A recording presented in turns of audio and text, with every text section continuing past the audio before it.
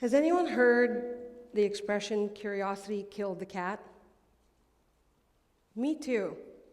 I think it's a terrible expression, and it's wrong. And I know because I have two cats. And last night, I'm pretty sure one of them was on the kitchen counter getting something he wasn't supposed to. Curiosity feeds the cat.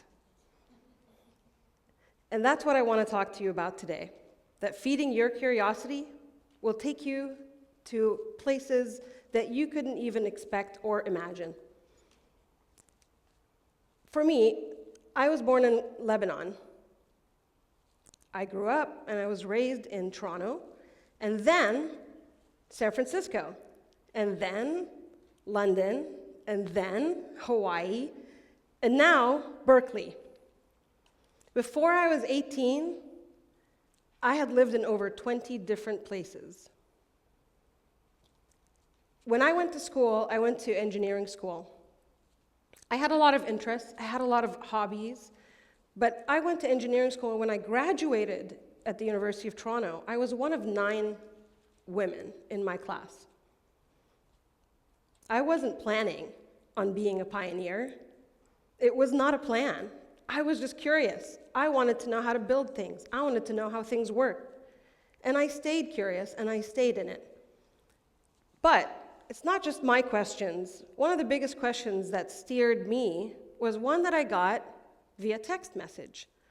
One day, years into my career, I got a text message on a Sunday from my mentor. And the text said, mysteriously, "How do you feel about London?" It took me to one of the biggest jobs that I had, managing teams over 9 countries, thousands of people, and billions of dollars of impact. But it was all a question. I didn't have a plan for that. When I was your age, I didn't sit down and say, I'm going to live in 5 countries in 20 years, and I'm going to do all these cities. All I had was a question. So I want to take you back and tell you about a time when I was 10 years old. My family had moved to Saudi Arabia. It was a new school. It was an American school, but it was an international school. There were people there from more countries than I could recite here on this stage.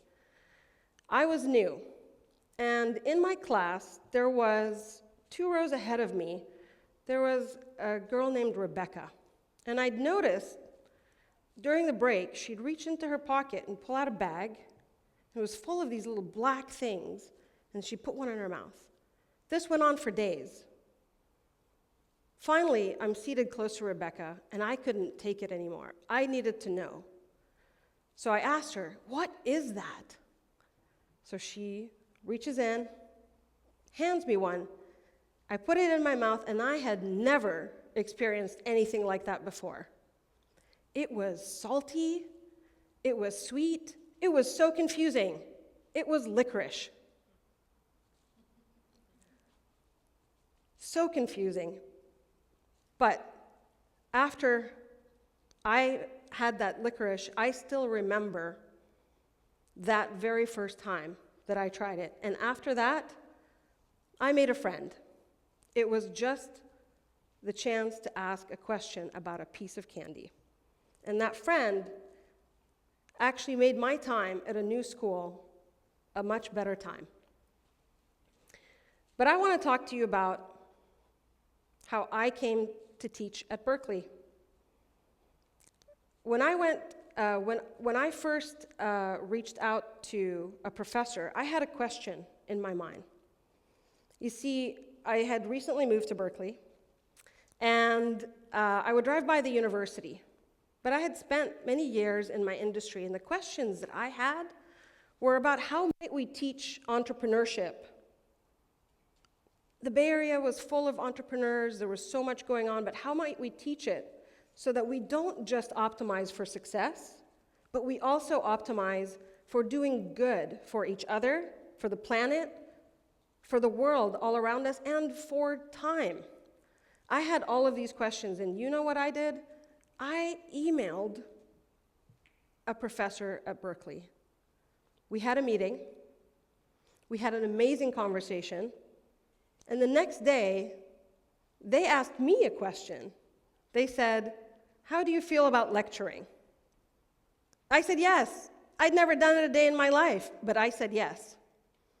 And that's what led me to this moment, and I apologize, this moment where a few months ago, not a couple years ago, but a few months ago, I had actually finished my first class.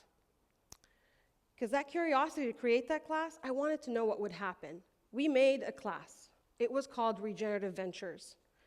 And let me tell you what happened in Regenerative Ventures. We had 50 students.